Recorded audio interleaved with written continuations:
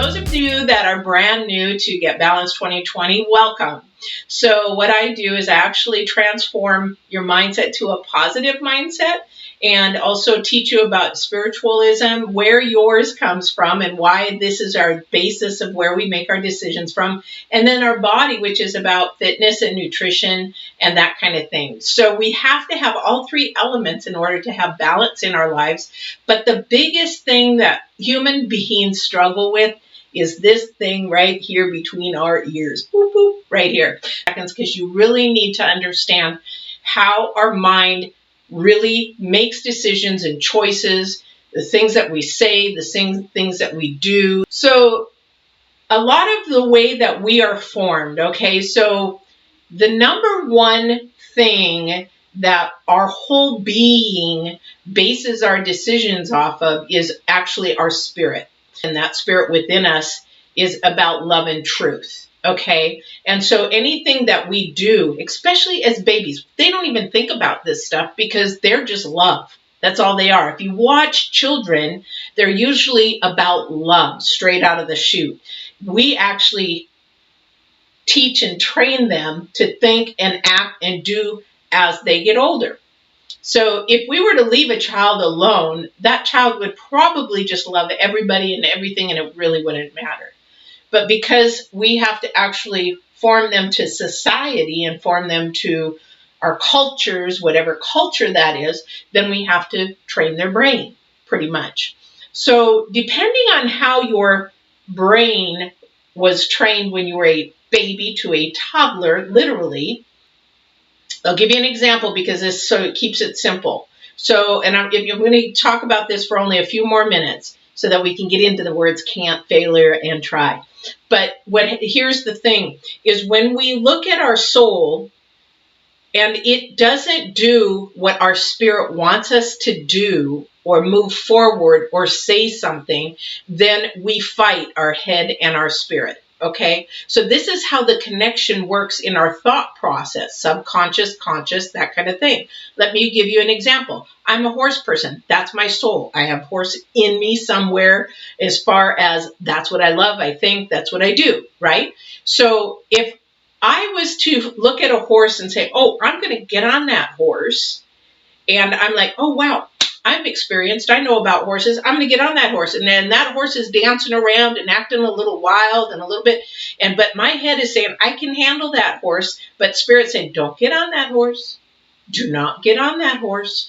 And that is your intuition inside your head. But you go do it anyway, and then I get hurt. That's what I'm talking about. The fight we have between our head and our heart and our spirit, our intuition. Okay, so let's move on. So we've got subconscious versus conscious. But the thing is, a lot of what we do and what we form and go from, and I'm going to keep saying this is all started and rooted from when we were kids. So that's the same thing with any words that come out of our mouth. Words are so powerful,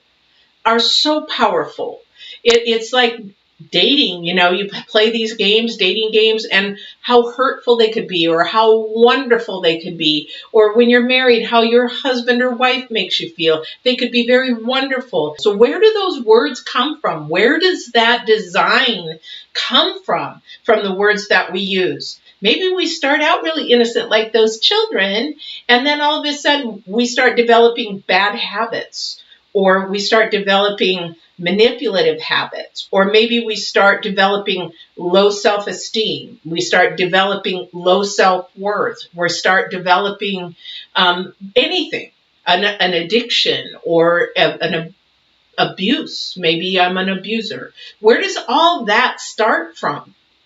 It starts from our roots, from our childhood, from where we are. So we got to find out what happened way back then to cause those thoughts to be more negative, more destructive to self, rather than loving and productive to self.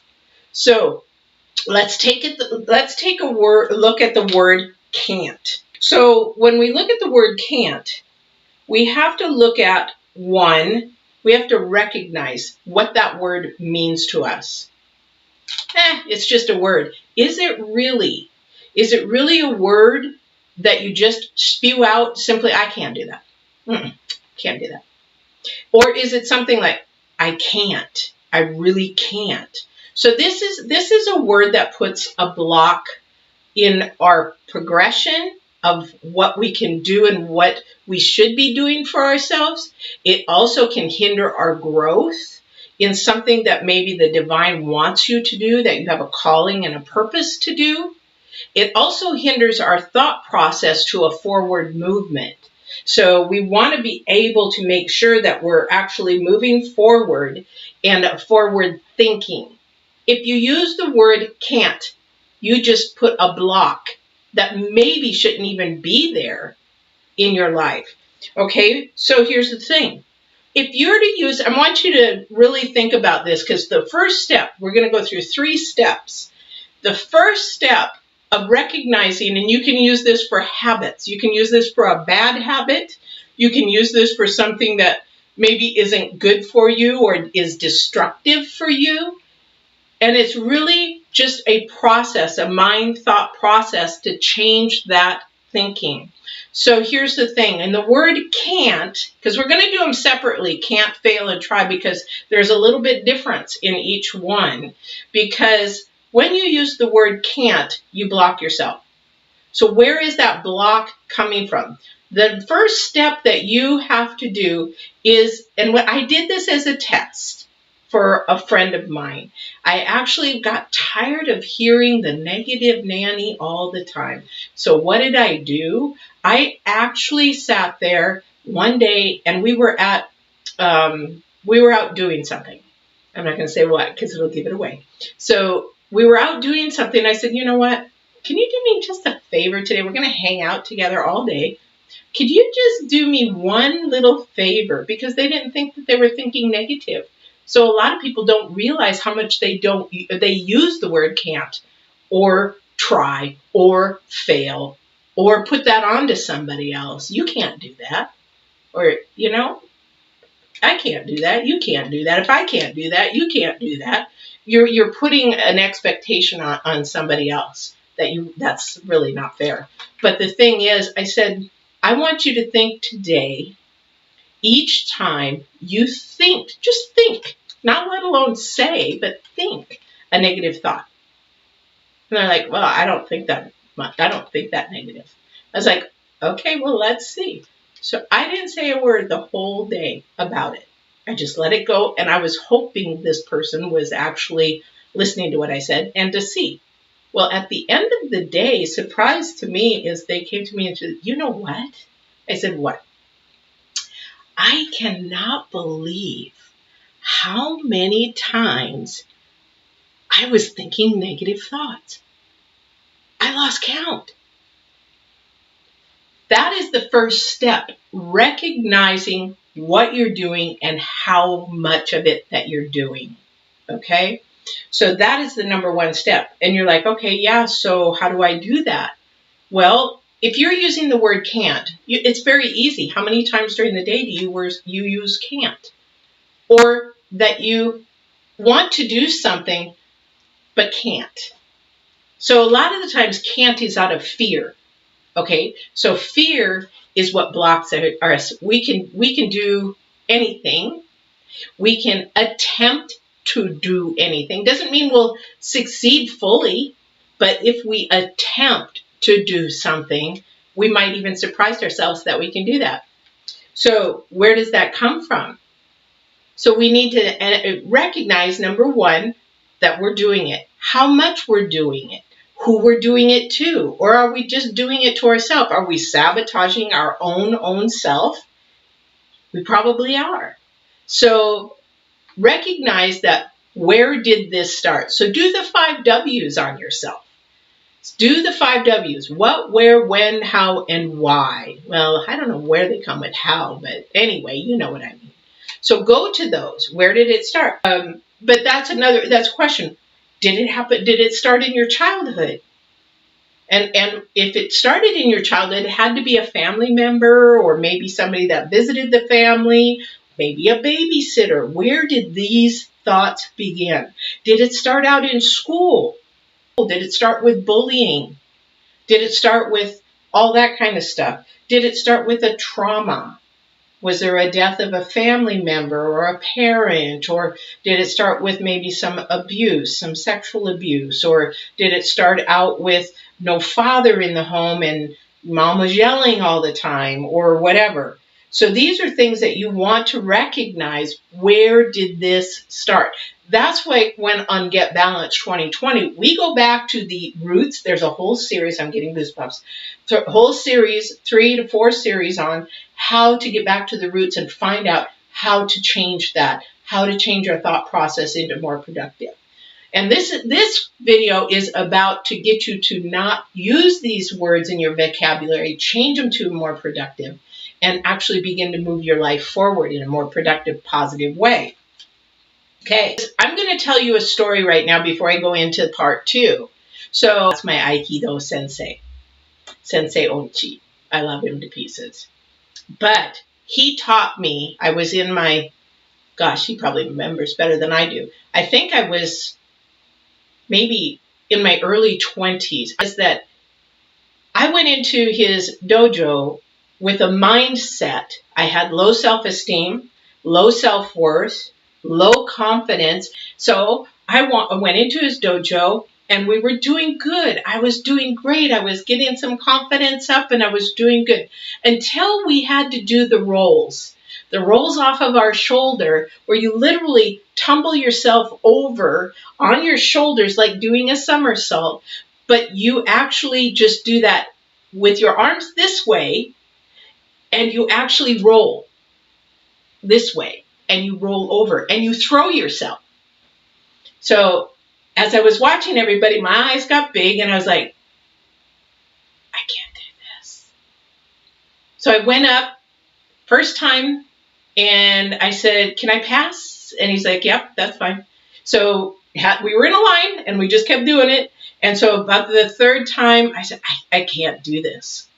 So he had somebody else help teach the class. So they kept going. He took me outside and he says, don't you ever say can't in my dojo again. And so we had a discussion. And the more that I learned and the more that I built my confidence in myself, it was I had to learn to trust myself, believe in myself, love myself, and grow myself in order to do it. I stayed with Aikido for I don't know how many, 3 years or something like that. But by the end, he actually had me assisting, teaching the rolling method. So don't use the word I can't, especially in his dojo. Actually, he's all retired now. But anyway, so let's get back on track. So this is a mindset. This was a mindset that I went into that dojo that I was going to allow myself to just not do it. It's a cop-out to yourself. It is cheating yourself. It is actually not allowing yourself to see the capabilities that you can really, really do. So number 2 is you need to analyze. You need to analyze and really start to absorb, okay, this is a process that I have actually been doing to myself that I do need to change because I am living in fear. My fear in that dojo was basically, I'm going to hurt myself. I'm going to make a fool of myself. Somebody's going to laugh at me. I'm looking at all the externals of what's making me and making my choice not to do it. So this is my question to you. You need to analyze, number 2, analyze why is it that you're using that word? And I will almost say 90% or more of the time it's because you are fearful. Or you're like, well, okay, it's a money thing. I financially can't do it. If it's a priority, you will figure a way to gain the financial part of it to do whatever it is that you want to do. Does that make sense? So we need to analyze it. We need to sit down, do the nitty gritty. Okay, well, that fear started out when I was a kid, when my brother was teasing me all the time, calling me fatso, calling me ugly, calling me this, calling me that. Maybe it was from that. And then you grew up, and you came up with a low self-esteem. Maybe you were heavier set. Maybe, you didn't have the best nutrition. But you know what? Sometimes we are a mold of what we've been taught or even what we're following. Okay, so that's number 2, analyze that. And number 3 is the part that takes the most work, because it does take work to go ahead and recognize it, analyze it, and the third part is when we have to actually begin to change that pattern of what we're doing. And the pattern is we need to stop and eliminate that word in our vocabulary. It has to go, because the thing is, you're allowing fear then to direct and guide your life. So if it is an issue from childhood on up, maybe you need some coaching. Maybe you need some professional counseling or a psychiatrist to get you through those. If it is trauma, it will take somebody to help you get through those. And it is not a bad thing, because a lot of the times if there's any abuse or trauma from a childhood, you carry that into your adulthood, and that's where you're making your decisions. You're not making your decisions as an adult. You're making a decision based on how that little person grew up and from the distorted or dysfunctional way that that thinking was allowed. Does that make sense? And that's where can't comes from. That's where fail and failure comes from. That's where try comes from. So the process is, okay, we can use this process just like changing a habit. Like when I talk about getting rid of bad habits and toxic habits, which this is sort of a toxic habit because you're actually hindering yourself from every potential that the divine probably has out there for you. So what we want to do is when we're actually going to change not using the word can't, then what we have to do is replace it with something. So in anything, even in the old times of anything, you have to replace something. If you're going to lose something, you have to replace it with something. So when you take a habit, like the word can't, you have to replace it with a positive. I can. Or if you're still growing in those little baby steps up to, I can do it, you can say, I will attempt to do it. I will do my best ability to give it a shot. And I'll talk about that next with fail, but you'll want to do that. So each time that that thought comes into your mind, before you even speak it, when that thought comes in, you have to retract it and stop it. That's number 1. Retract that thought and stop it before you speak it, because you give it power when you speak it. There's power in thought, but there's more power in when you would speak it. That's putting out an energy. So, and that's a whole different topic, but you're putting out an energy. Stop it, change it, then speak it. Don't say, I can't do that. Just say, you know what, right now, I'm not willing to attempt it.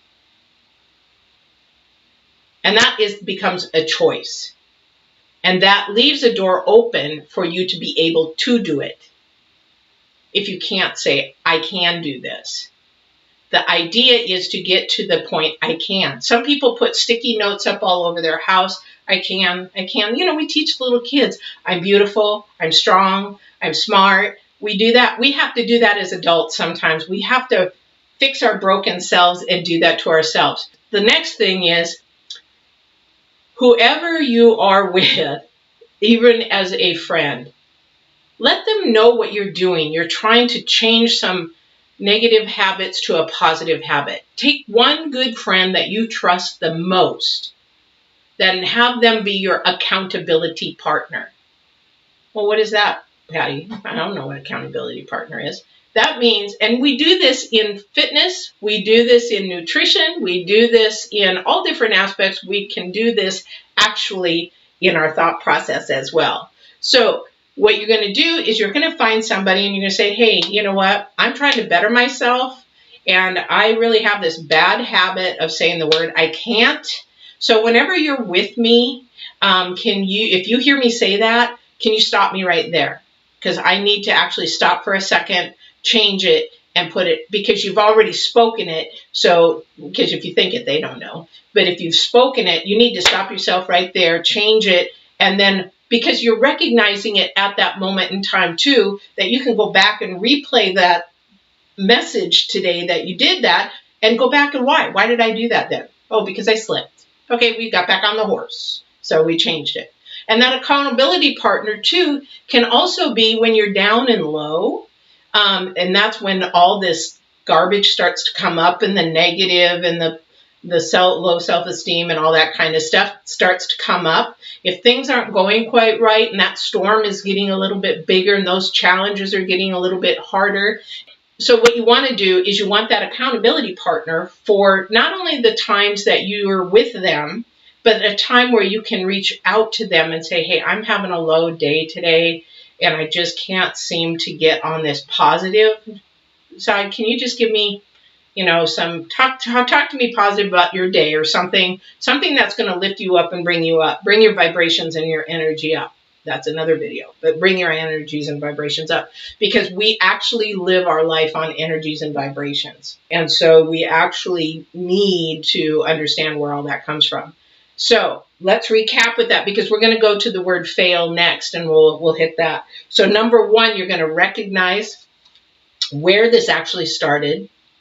Recognize how many times a day you're saying it, or a week that you're saying it. I would start out with a day. And then, so then you're going to find out, where did this come from? Where did this negative word begin, or negative thought process begin, or low self-esteem begin, or low self-worth begin? So you're going to do that. You're going to recognize where it came from. And then number two is to analyze. Analyze the word can't, what it means to you, why you're using it. Almost recognize, but you're going to analyze it deeper and break it down. And then on the number three, you're going to change the habit. Those are the three elements that you're going to use. Let's get to failure. Failure is also fear-based, and I don't believe in the word failure. I don't believe in the word can't. I don't believe in the word try to, or even try. Because when you look at failure, you hear it as that you did something wrong. It's a very destructive, negative word. Well, you can fail at something, Patty. You can. No, you can't. You can learn something from a process or an attempt to do something. Let's take flying a plane. I like to fly small planes. Okay, I go and I take my lessons, and I get up in the plane, and I go through a bad situation in a plane, and then all of a sudden I stop. I said, I can't do this. I failed. I can't do this. So that mindset just stopped my progress right there. So I'm like, okay, I just told myself there's no way that I can move forward with this. So if I try to attempt, I'm going to fail anyway. So what's the purpose of going forward? Why do I fail? I'm just going to fail anyway. It's sort of like, have you ever had anybody in your family go and say, you're never going to amount to anything. You're just a failure. You're just never going to amount to anything.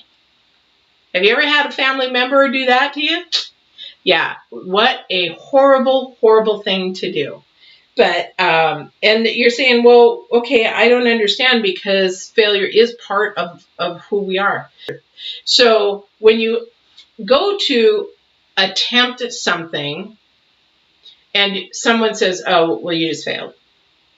Failing a test, no. Even an F, I hate that in school. Even when I was in school, I knew this. I thought, I didn't fail. I did the best I could do at the time I attempted. You need to teach me better, or teach me so I can understand. Or did I actually do my due diligence in studying the subject matter at hand to be able to know the answers? Not get an A, but to know the answers. We actually come out of an experience, whether we do something, whether we share something, whether we're in a relationship, oh, you failed me. Our relationship failed because of you. Hold back, pull those reins back on that horse, because it's all about what you bring and what your thought process is to the table. You have to understand that anytime that you attempt something, you move forward with something that you want to experience, to do, want to attempt, then if you chose to stop that, now this is a choice to stop that, that's your choice. It doesn't mean that you failed. So if I'm going to attempt, let's use scuba diving. I scuba dive. If I were to attempt and to learn how to scuba dive, and I got to a point where I actually swallowed a bunch of water. Now I'm afraid of the water. I'm failing. There's no way I can do this. I just stopped my progress rather than saying, you know what? I took in a lot of water. It's scary. I'm fearful. What can I do? The solution around it to make my learning it easier, to make it better, to find the process that works for me to complete the process of learning to be a scuba diver. It's you stopping your process of learning something or doing something. And even if you didn't complete it, if you got to the middle and you said, you know what, this is not for me, you've come away with experience, you've come away with knowledge, you've come away with a better understanding of who you are and what you like and what you don't like. You've also come away with knowing your strengths and your weaknesses. So there's a lot of the times fear stops us again to keep moving forward, and using the word fail or I'm a failure is negative and destructive, and I want you to go back and use those same 3 steps using fail and failure. It's all about the process of how our brain takes things in and how we process them and how we move forward from them and how we learn from them. And there is a no failed relationship. Here's why. Because if you can fail anything in this earth, and if you want to use that word, which I really don't like, is you fail yourself. Because you didn't take the time to learn about yourself, educate your strengths, your weaknesses, your lessons and everything, and you allowed yourself to block everything out of fear. Now, when you can say that you can go into a relationship and walk away mutually, civilly, and say, hey, I did my best with the knowledge that I had, the education that I had as a man or a woman or whoever you are, of understanding the opposite sex, well then you walk away mutually and say, you know what can I do to better myself for the next relationship? No relationship fails, and no partner fails each other. It's a learning prospect or a learning process. So that's fail. Go back again to find out those step 3s, recognize, analyze, and change that habit. Okay, and do the same thing. Now, the last word is a little tricky because we use this so freely, and you would use the same process as the last 2, step 1, 2, and 3. But actually, many years ago, Nike actually had it right on mark. Just do it. Just do it was their thing, and that actually is right on mark. Because again, if I go back to my Aikido days and I go in and I say, well, I'll try. There is no try. There's no try. You either do it or you don't. You allow fear to control you, or you allow fear to step back and let you attempt to do it. You attempt to do it. You just attempt to do it. Now, and it becomes a choice. Just like love is a choice, just like saying the word can't is a choice, try, fail. Those are all choices that we have chosen to allow our brain to process in a negative manner. Moving forward, we want to use I attempt, I will, I can, I have learned, because there's no fail.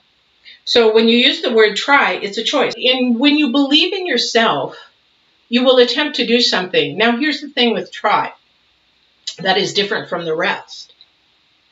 Try, how do I say this politely? I want to say it so bad. It's a half-assed attempt. It's half-assed. So you're either doing it halfway or you're doing it, well, I'll give it a shot, with the allowance of giving yourself the chance to not complete whatever it is. So, but the thing is, when you attempt to do something, for example, I'm an entrepreneur. I owned a business for many, many years. So if I was going to try to own a business, I would just go in there and say, okay, well, yeah, I need a business plan. Oh, okay. Yeah, okay, fine. I need that. I need this. I need this process. And I skip half the processes, and then I don't get my business, or my business actually doesn't succeed into being a good brick and mortar long-term business. Whose fault is that? That is mine. I'll put it this way. I was neutral on the fence, or I wasn't giving it my all, or I wasn't giving it 100%. I was just going in there 50%. So I was giving it a half attempt. I can't talk. So that's what I'm talking about. When you're talking about try, it's either you are on one side or you're not. You're going to do it or you're not. You're going to let fear conquer or you're not. This number 2 step, you need to step back, analyze why I want to do this, how I'm going to do it. Do I have the energy and knowledge to do every step in the process, or do I not? And if you say you don't, you need to even go step back further to actually learn what that process is, what resources you need. Like going back to owning a business, I had to have a business plan. I had to have some funding. I had to know where to get the funding. I had to have a brick and mortar. How did I know about all the permits? How did I know about what the city was asking for and what the county was asking for and what I could do in that brick and mortar and how much I could do in that brick and mortar and where am I going to get my customers? Do you see where that's going? And when you go to do something, you either do it or you don't. You either go all head in or you just say it's not the time right now. It's okay to say, hey, I'm not ready for that. I'm not prepared for that. But if you just are passively telling someone, I'll try it. If it's a food and you love food, you're just going to say, no, give it to me. I want it. Yeah, I'm not going to just try it. I'm going to engulf it. I want it. I want to taste everything in that thing. And maybe I'll spit it out, but you know what? It's not that you're going to try it. You're attempting to taste it. Using words can be really, really powerful. So with that, can't, fail, and try. Go through the steps of each one of those. Recognize now what I really ask for you to do is also, this might be for you, but as our purpose and calling in life, it doesn't end with us. If you learn something from this video, if you learn to change something positive in your life, share that knowledge. Share it. The divine had me start doing this as a calling for you. Not to stop with me, but to help you further your life, better your life, to get balance, bringing mind, spirit, and body together.